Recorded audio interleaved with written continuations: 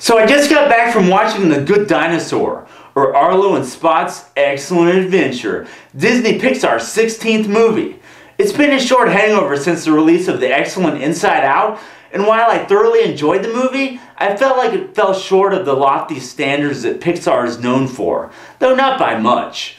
The movie conveyed the familiar themes of growing up and reaching your potential, and was a breath of fresh air compared to all the trailers for animated films that were shown before the movie, which all relied on fart jokes. The movie studios are like, give us your $15 and have we got some fart jokes for you. Come right on in. The movie explores the what if the dinosaurs never became extinct and coexisted with humans. Dinosaurs independently learn how to speak English and farm, and how to be an effective merchandising tie-in for an animated film. Even though most of the characters are dinosaurs, this is definitely a human story.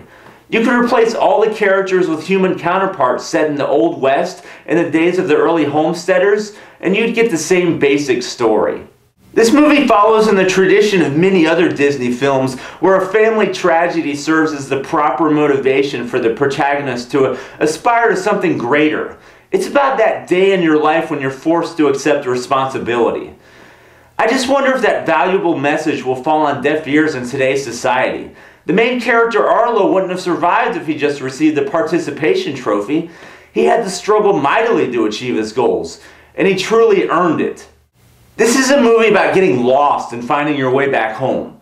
A young apatosaurus named Arlo is the run of the litter and has a hard time making it on his family's farm.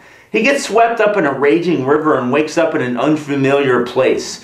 He reluctantly befriends a young cave boy named Spot, who's like a baby Mr. Peepers from Saturday Night Live.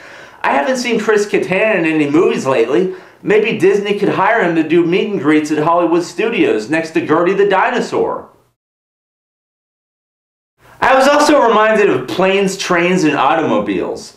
Spot is the comic relief for the film, and Arlo is the straight man. They're on a journey to get back to Arlo's family and slowly develop a deep empathy for each other. Though the scenery is much prettier in this movie, the environments really shine and the landscapes of the untamed West are photorealistic and just breathtaking.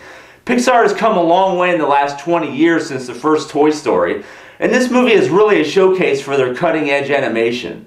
Beyond that, you're left with their Finding Nemo out-of-water adventure. They gave parts to all the most popular dinosaurs from the Jurassic Park franchise and imbued them with unpredictable human characteristics. Sam Elliott plays a cowboy T-Rex in his unmistakable drawl, and this premise was believable until he says, "Let's ride out," when they're herding bison. There's nothing for them to ride out on. Their arms aren't long enough to reach anything that they would ride, or even use lassos for that matter. It's been millions of years. Maybe they could evolve to be something like the cowboys of Moo Mesa. That's where I think this movie falls short. It doesn't push the envelope creatively or take risks with its storytelling. It seems derivative compared with other Pixar movies. We've had other movies tell very similar stories like The Land Before Time and Homeward Bound, where it's really difficult to make similar comparisons to movies like Wall-E and Up. I think this is the B Pixar film of the year compared to the A movie Inside Out, which will be nominated for an Academy Award. This movie was still very enjoyable, though it's not a highly original instant classic that will be remembered fondly for years to come. I don't expect to buy this one on Blu-ray, though I'll watch it when it starts playing in rotation on ABC Family.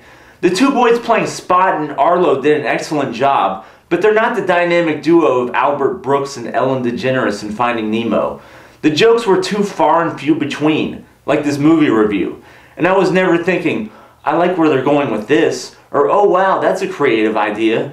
Trailer trash raptors are a funny idea, but don't make a good movie great. I did feel like I got my money's worth watching this at the theater.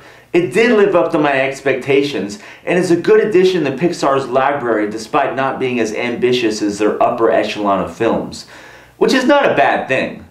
Thank you for watching, and now I'm going to see if I can adopt a real life Spot for my girlfriend for Christmas to annoy her cats.